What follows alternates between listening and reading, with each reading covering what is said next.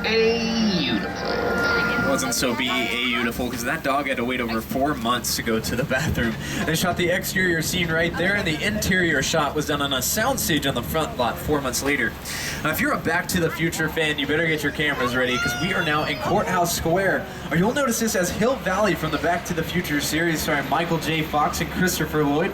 On the right, this was the soda shop in the movie. It's dressed a little bit different now as a gas station. And where was that clock tower struck by lightning in the climax of the film?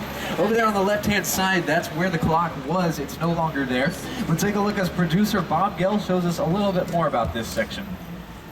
It was actually the back lot of Courthouse Square that inspired the entire climax to Back to the Future. I had scenes up at the clock tower on that ledge. It was a ledge about that wide. And I was standing inside looking at the ledge, and I already had vertigo. I just thought there's no way in the world, no way I'm going to stand all that. I was up there for quite a while. Of course, I had a cable.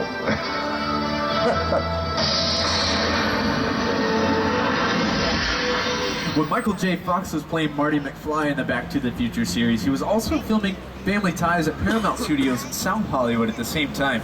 So every single day he would rush from Paramount here to Universal and film his scenes for Back to the Future at night. He said throughout the whole production of 2 to 3 months, he only slept about 2 hours a night. Pretty crazy. But speaking of no sleep, let's head to the next section of our Metro sets. It's the city that never sleeps. Welcome to New York. Hey everyone, welcome to New York. I got my start right here in New York on Saturday Night Live. This is actually my old neighborhood. Once got mugged over there by an old woman, tough lady. This is my favorite hot dog guy. Hey buddy, how's it going? Remember me? No.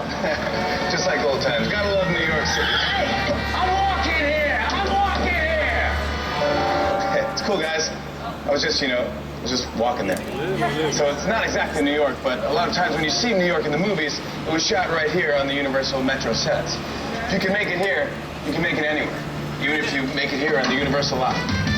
That's right, Jimmy, because our New York streets have their own Broadway theaters, even its own Macy's. It's like 34th Street came right here to Southern California. Most recently, The Amazing Spider-Man, starring Emma Stone and Andrew Garfield, shot here.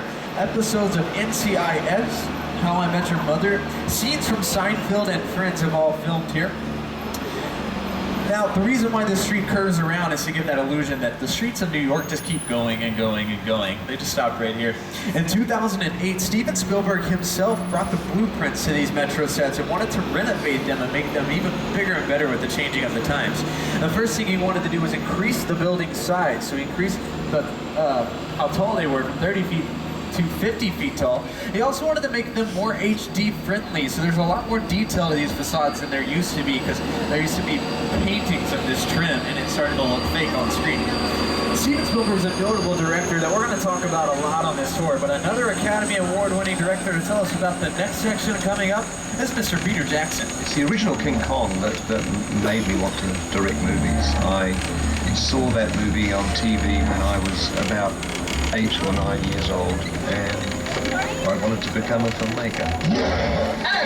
I like films that just take you away from your real life and sweep you up into adventure. Kong literally does that. I mean, you're on board the ship, you're sailing to a lost island, you're encountering monsters and creatures from, prehistoric times. The hell kind of place is this? So I was thrilled when Universal invited me back to Skull Island, and it's great to have you along for the ride. Now, we have created this 3D immersive experience, so you're going to have your glasses ready.